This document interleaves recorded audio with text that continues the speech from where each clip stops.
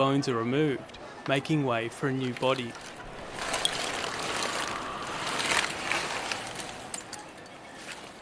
Filipinos favour burial over cremation.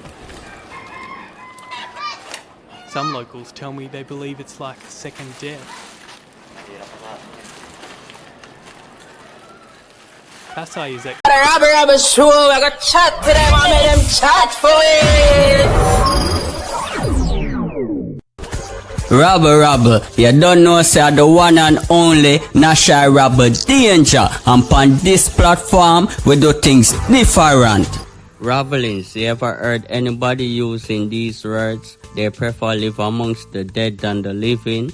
No, would you believe me if I tell you that there are persons out there in the world right now actually living in cemeteries across the Philippines for various different reasons? It's either the slum, some would have said the ghetto, but a lot of people take it to the cemetery.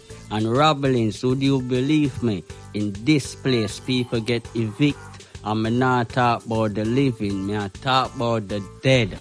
Rabblings, would you live in a place like this? Tell me now, where your bed is on top of the dead and you eat with the dead. Tell me now. Rabble Rabble, straight Rabblings, spree this.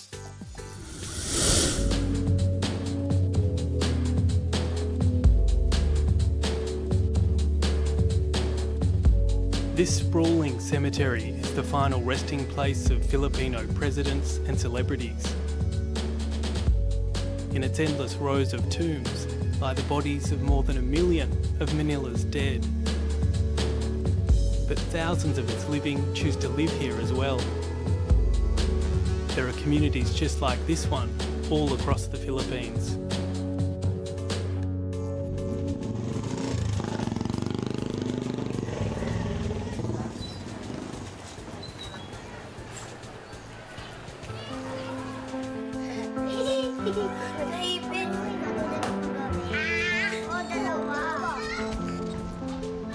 The first thing you notice at Pasay City Cemetery is the kids. Dito pa yung isa dito, ito. Ay, hindi ba tatad? Hindi yan, dad. Ang magpapalbad. Ay, hindi, kasi lusot mo. Una mo muna. Lusot mo muna bago ano. Yan, ay ganyan muna yan.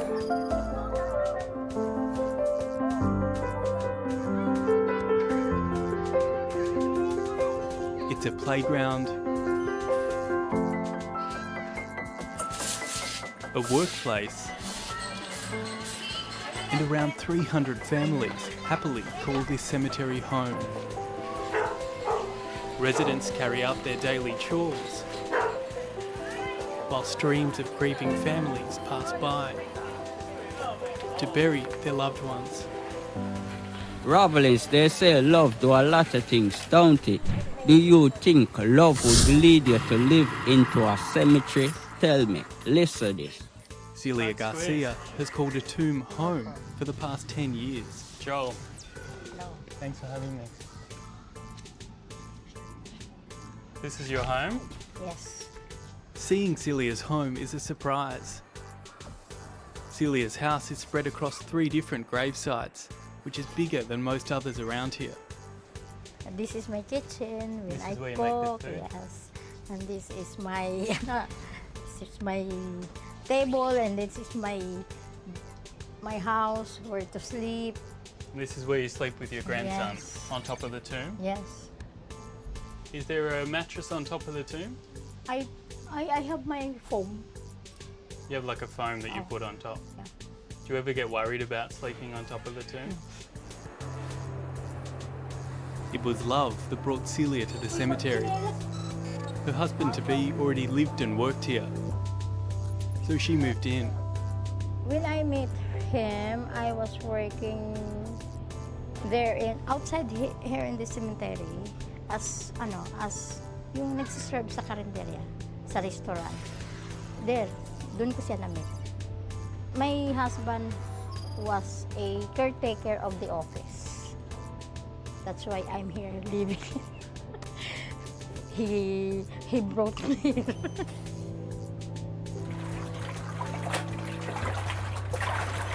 Ang una, takot ako.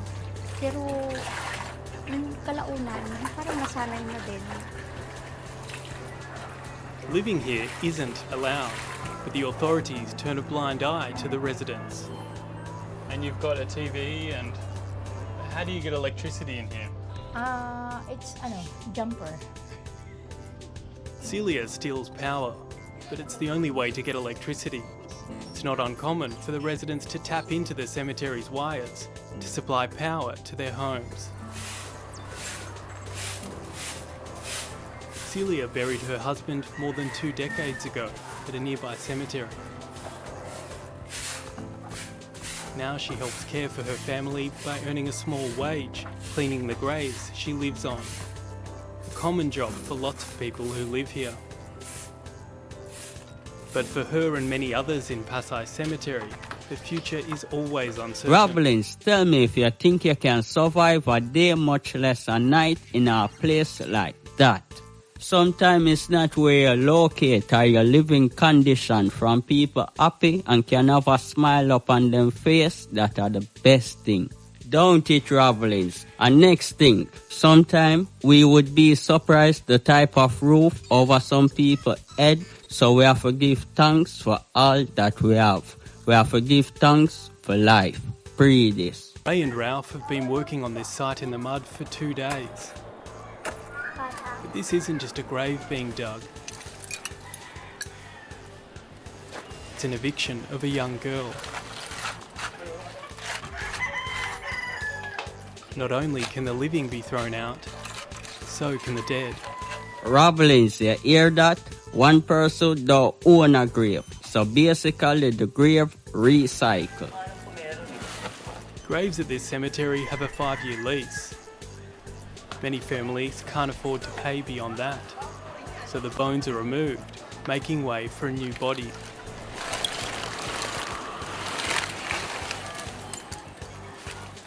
Filipinos favour burial over cremation. Some locals tell me they believe it's like a second death.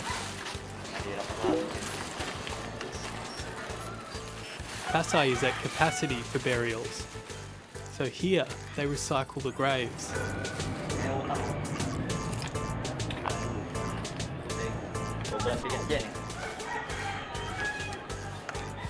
The bones will be placed in a bag ready for the family to collect.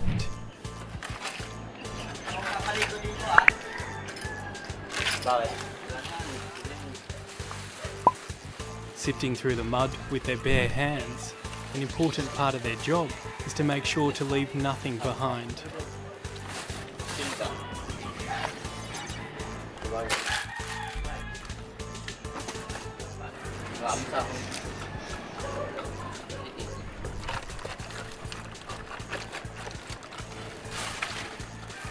This hard work earns Ray and Ralph around 500 pesos per grave. That's around 12 Australian dollars. Rabblings, you see that? 1,100 Jamaican dollar for dig out a grave, and the man them I do it with them bare hand. Do you think you can survive in an environment like that? Let me know. I can tell you that you have persons living there right now going to be the next big thing. As I always say, it's not where from, because majority of people want something out of this thing we all call life. Just 30 minutes after the girl's bones are removed, the same grave is ready for someone else.